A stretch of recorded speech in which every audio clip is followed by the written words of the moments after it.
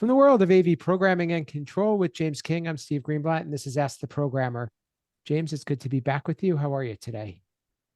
Great, Steve. And how are you doing? I'm doing well. Thanks for asking. I'm excited that we have a returning guest. If you heard us on the last episode, This is gonna be the 158, last time I return. You guys always make fun of me. that voice is Jamie Rinehart. He's one of the AV Superfriends. He's also the Education Resources Director from UMKC, otherwise known as University of Missouri, Kansas City. And that's all I'm going to say with all those words. Welcome back, Jamie. Hey, good to be back. For the last time, probably, because you guys don't like me.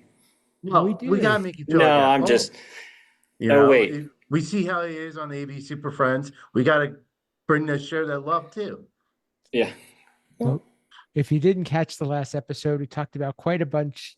And if you, for a first, we talked about whack-a-mole. This is the first on this podcast. So that's something to check out. Patent pending.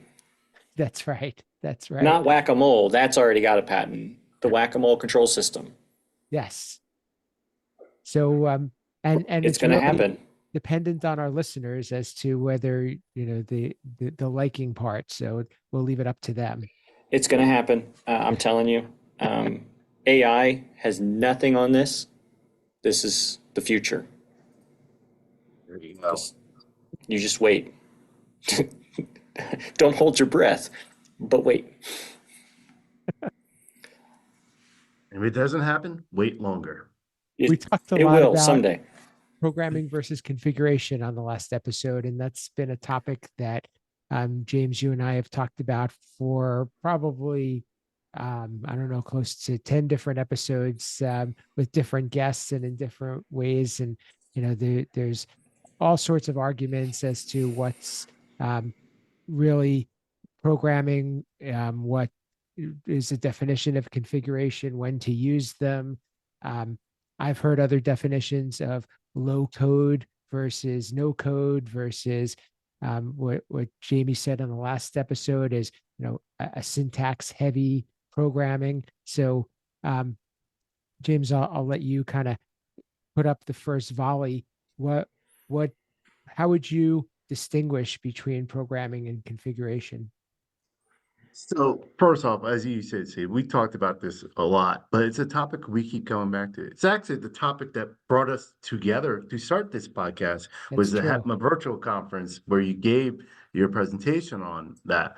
But really, for me, the difference between configuration and programming is, as Jamie even mentioned last, the syntax.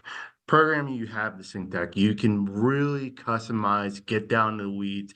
Where programming is, I'll sum up configuring is program. It's like bowling with the gutter rails. Because you're confined, you can't really make too many mistakes, and it'll push you down the alley and get you where you want to go. But you are And limited. it's still fun. Is it though? It, hey, I don't care how many times it hits the bumper. A strike is a strike. Right? We still call it bowling.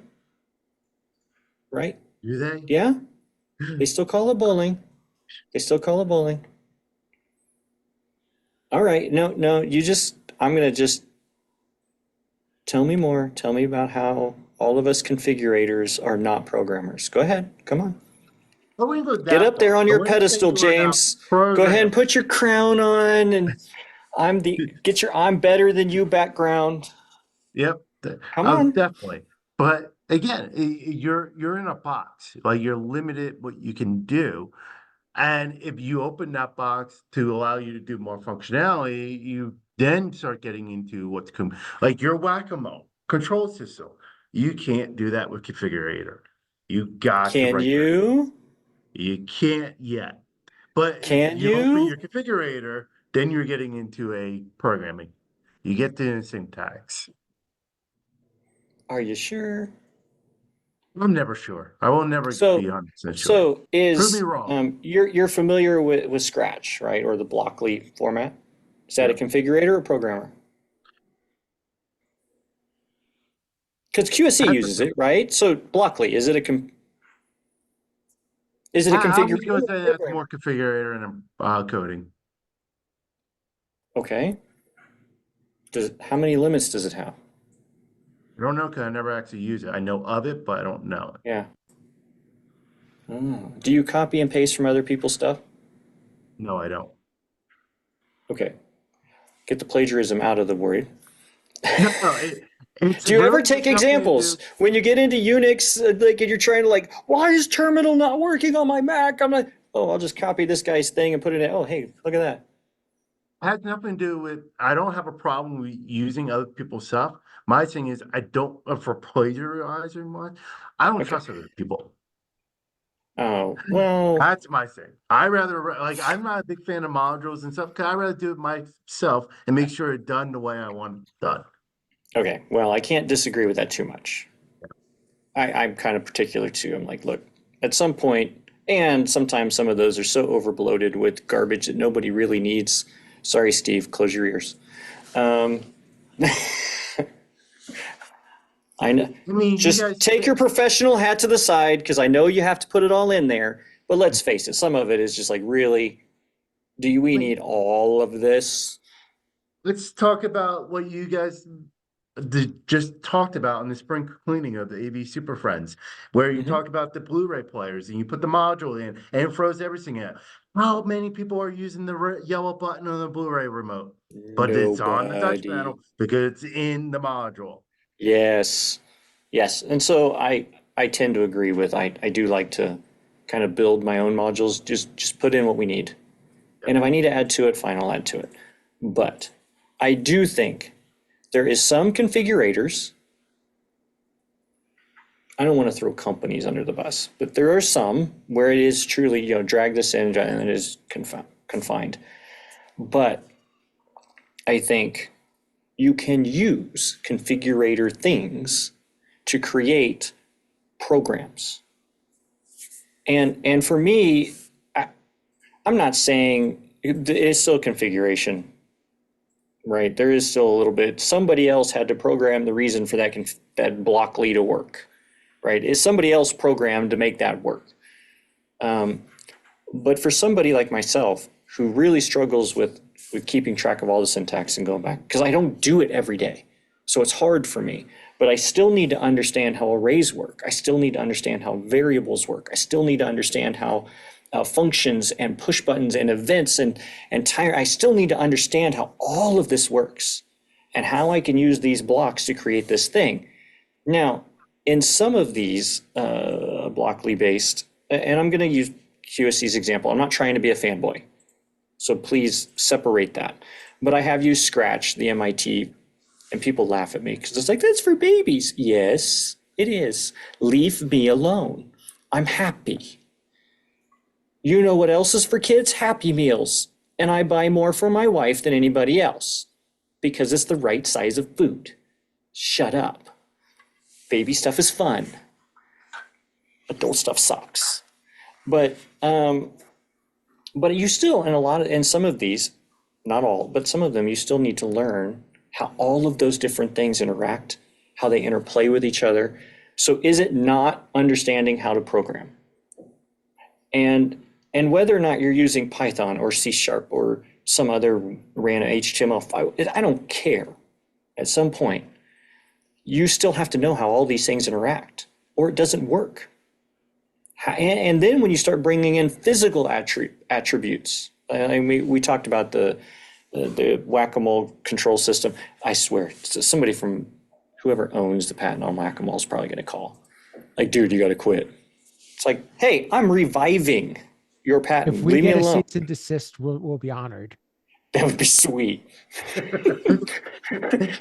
Like, thank God you said it. Of course we'll desist. That's fine. I'm okay. Can you put a PR release out there? I want to see it on CNN or your news network, right? Whack-a-mole sues, ask the programmer. But I think when you start adding in external triggers to now your internal code, you also have to understand how that all works. So there is some configurations I absolutely believe is programming. And there's a lot of configurators that's all it is configurators. Now, we still need to make it do things, and you can call it a program. When you get down to the brass tacks, it's configurations and there's programming. And I do draw the line. And if you have to write syntax and then you're probably programming. But you can still program in a configurator. So Come on, I had to hit home a little bit here. Come on. No, let's see go. Well, I was just going to add on for clarity. I would agree that the challenge of programming is not as much writing the code as it is what you want the system to do.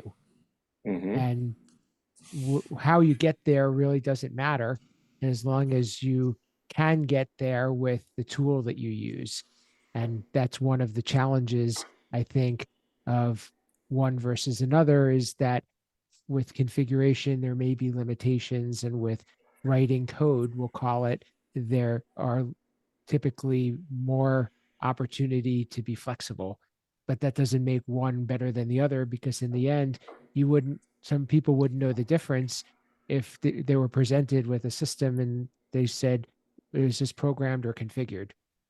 Probably Yeah, wouldn't know. and I think even with the languages, there are boundaries within all of those as well. I mean, why do we have 17,000 different versions? Because somebody wasn't happy. Yeah, somebody wasn't happy with the boundaries that some other person put into that flavor, right? They weren't happy with it. So we moved. Why do we have HTML and HTML5? Right? There was boundaries upon one, so we built upon it. And now we have something different. And I do think, there are more boundaries in configurator, because again, somebody had to program the program, right? True. But that's, in our world, that's all it is. I'm not inventing things from scratch. But I love screwing around with Raspberry Pis and making them do stuff, right? And with very simple bits of code.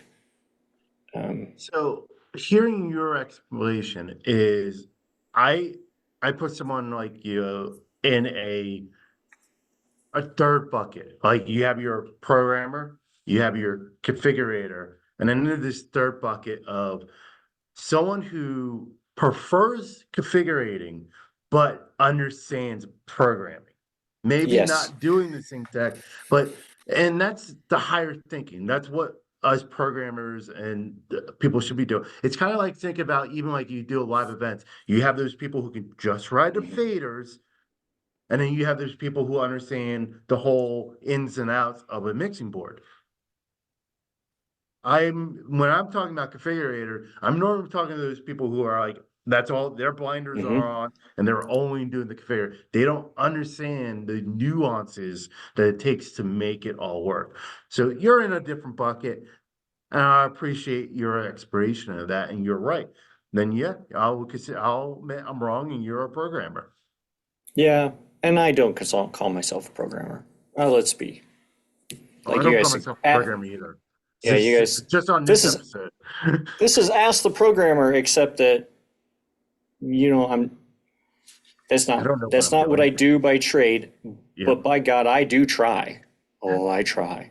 But I like that idea. I mean, on a sound person, right? And I'm going to be mean to all of, the volunteer sound people in the world, right?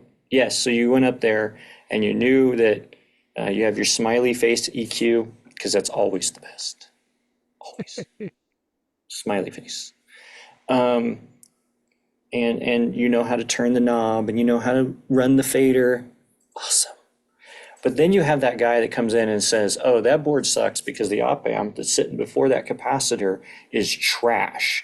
So if we just desolder that and insert this, and you're like, oh, okay, you really know how this works. I find that to be very different. And and I think this configuration and programming is the same way. I mean, there are some large manufacturers in the AV industry who you could argue that their programmer is also a configurator. I'll give you that. Right? But don't ever go to that person and say, you're not a programmer because, oh my, the hate and vitriol that comes spitting out. But you're like, you literally drug this thing into here. Yes. And then you have to match, this one's called 1 and this one's called 1. Yes. Did you write anything? Well, no. Okay. Then what are you? Configurator. So, but that's, I mean, we're really splitting hairs when we get into some of this, but I do find that I do find that there is a middle ground, and I'm glad James brought that. There is that middle ground. There's like, I can understand it all day long, but enjoy it more if we all cut corners, but I enjoy it more doing it the other way. It's easier for me. It's low overhead. When I thought about it, hit home for me when I thought about doing it for myself. If I were to program something for my own use, I probably would want to configure it because I'm going to get it done quicker. I'm going to have less headache and I'm probably going to end up enjoying it more because it's not going to feel like work. But for work, I could see where we want to write more code because it has more value and there's more safety and security built in because it will allow us to overcome obstacles and get out of situations. But I that's where it hit home for me. Whereas I could see if I were to put something in my house, the the value of configuring might be just enough, all that I need, and I'll get it done quicker and I'll probably have less headaches. Well, I'd just like you to know that the next time you ask me to come on, which will be never, because now I've insulted everybody that listens to your show, you're going to scratch out programmer and you're going to put configurator extraordinaire. Because in the last show, we talked about making up our own titles. Well, dang it. That's yours? We're making up, the whole show's changing that day. Okay. Should we change the title to Ask the Configurator? Ask the configurator. That's a slippery slope. Yeah. Because there are that are very basic and I can understand. And I even draw the line like, really? You call that programming? Yeah. I'm not sure. But I do think you can use some of the more advanced configurators. And in the AV industry, there are several that you can really stretch the boundaries with. You can. And then when you go and you ask, I did that for years, and then I was invited to go to one of the pro trainings because I wasn't pro trained. I was just doing it. And they looked at it and they went, oh my God, why are you here? It's because you won't just give me the stupid paper. Just give me the paper. Oh, yeah. And you're like, oh, are you a programmer? No, I copied this off Steve's paper.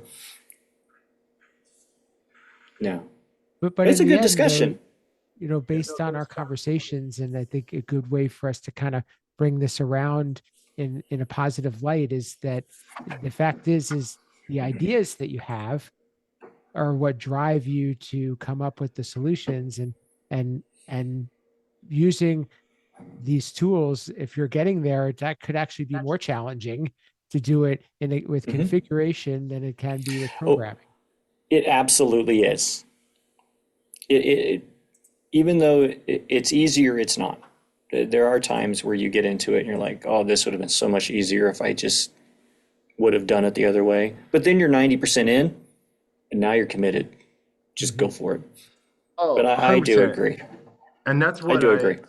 why I tend to like programming better than configurator because again, not naming anybody, but there's so many. It's like, oh, you want to do this, you got to throw this, and this on, or I can do 2 lines of code. Like really, like Yeah, give me my 2 lines of code. I agree. I think what we're going to do is poll our audience and see how many of them consider themselves programmers and how many can consider themselves configurators, and we'll revisit this because it's it's a good conversation to continue. And Jamie, thank you for helping us to bring this to light, because I learned something in this discussion, and I think that there's a lot more to be said. So appreciate that. Well, thanks for having me on and letting me spout my normally wrong opinions, but you let me spout them. So thanks for giving me that avenue. And you're welcome back. So don't don't be a stranger. So not too many insults.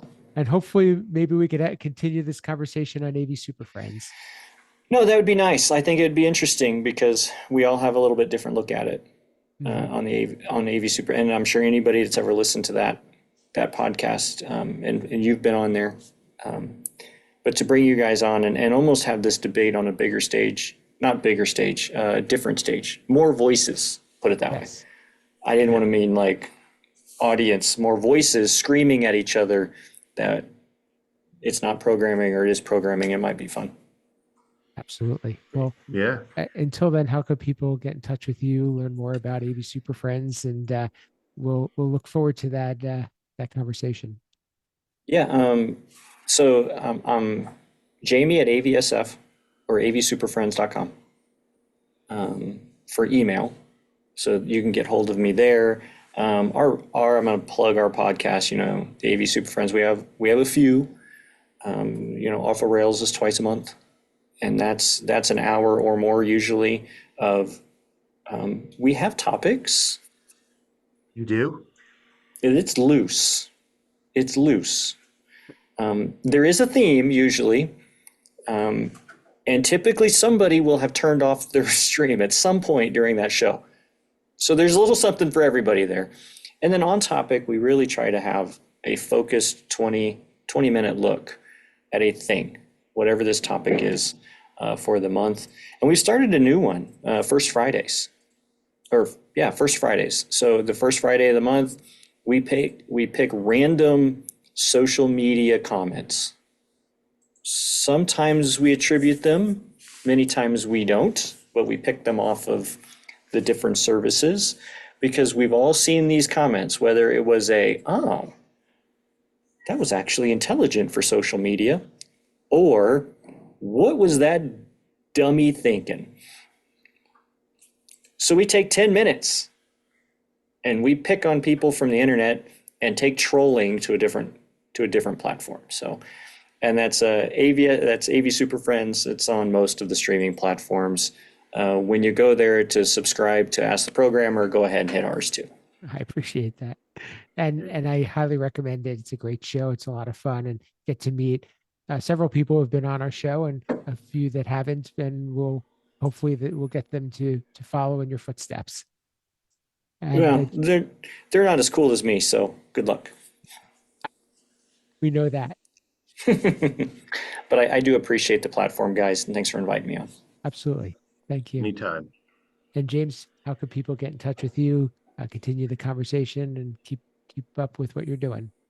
This was a great one. Thank you again, Jamie. And for those who want to get a hold of me, you can get me on LinkedIn, at Twitter, AB_James King. Again, Google me. You'll find me out there. And for me, you can reach me at Steve Greenblatt on social media, my company, Control Concepts, at controlconcepts.net.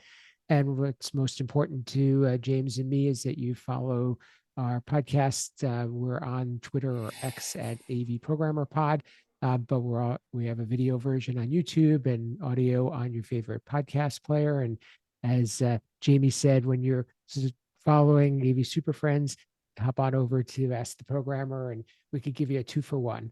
So, but this has been a great conversation. We'd love to hear from some feedback from the audience.